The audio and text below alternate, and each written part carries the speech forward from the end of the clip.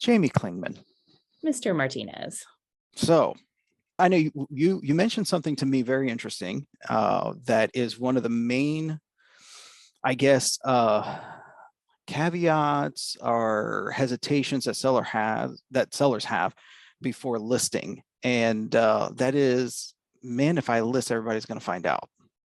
Yeah, that's definitely, I think sellers think that the world's going to get noticed that they are selling, and obviously concerns everything from, will my employees stay through the sale? Will my clients stay? Will I get new clients? Because, we tell everyone you need to run your business as though you're not selling it, right? Like that's one of the critical components of listing. But at the same time, they know we're obviously disclosing who they are at some juncture. So there is this natural fear of, would the word get out? And I think it's our job as brokers to make sure it doesn't. Yeah, and I think there's a misconception as well when it comes to listing, because I mean, heck, I remember when I sold my company, the first thing I thought is just like, well, this is going to be like a commercial real estate listing. There's some kind of, and there is a type of MLS out there. There's a few different services like Biz by Sell and some others like that. Right. But, the thought is like, oh man, yeah, what are my people going to think? Because the first thing they're going to think, oh no, you're bailing, or what's going to happen to us and my employment. Also, yeah, vendors or clients, especially. It's like, if you are the main face of the business, what's going to happen to the service I've been receiving all of this time? And so there is a need to totally debunk that myth. And that is really keeping things very confidential. And so can you walk through how we usually list businesses and the procedures that we have to protect everybody? Sure. Yeah. So from the get-go, every public facing piece of information is under a pseudonym. So there's no any information that would in any way tie to someone. And sometimes, even listing like what area of town or what county, depending on how specific the industry or the business is in that industry, if they are so unique that someone could identify them even by the state they're in, we won't do that in the public offering, because we want to make sure that the public offering is something anyone could see, and they would not be able to determine who it is or any information beyond some numbers, but not tied to anyone.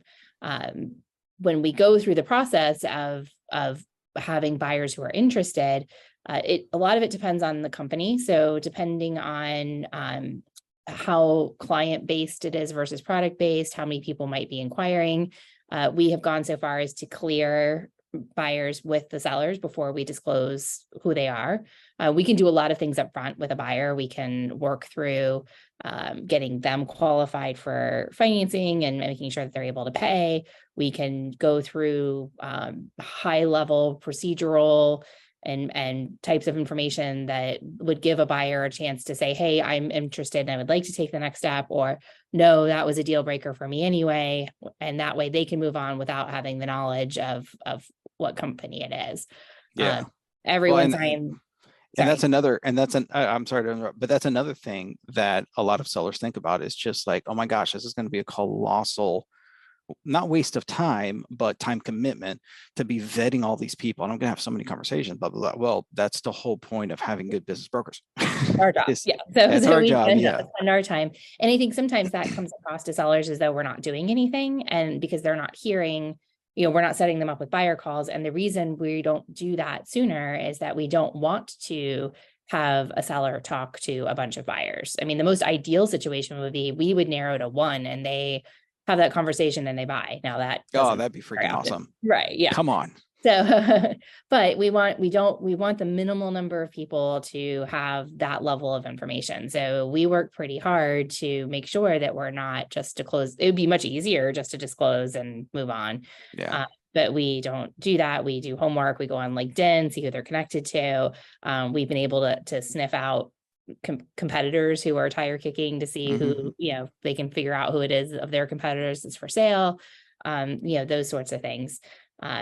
Same in the same breath, employees do that nowadays. Employees are looking to see if their companies are for sale. So we do a lot of vetting, trying to figure out is there some other reason besides purchase that someone would be wanting information on this company? And that even goes through into the due diligence process. Once we have disclosed, you've had a buyer seller call, so everybody, the buyer and seller know who each other are.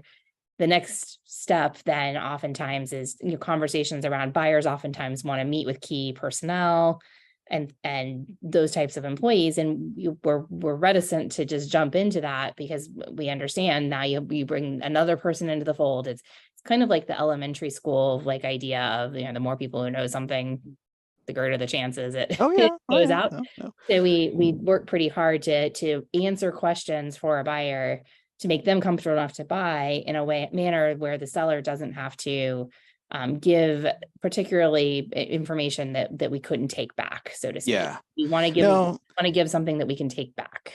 and that's something that is going to happen further along in the process anyways. I mean, you have to have your key people know. If you're selling and you have really key people there, then there comes a point that you're going to have to clue them in on this and make it collaborative, which is something that we help sellers coach them through that process as well.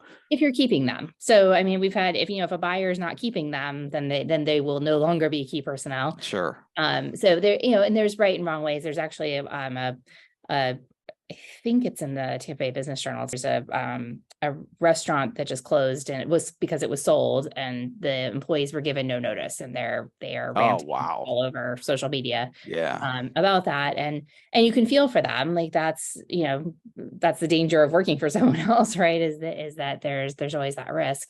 I don't know that they made the right decision or not, because I wasn't involved in that deal, but there's we certainly try to create an opportunity where we're not.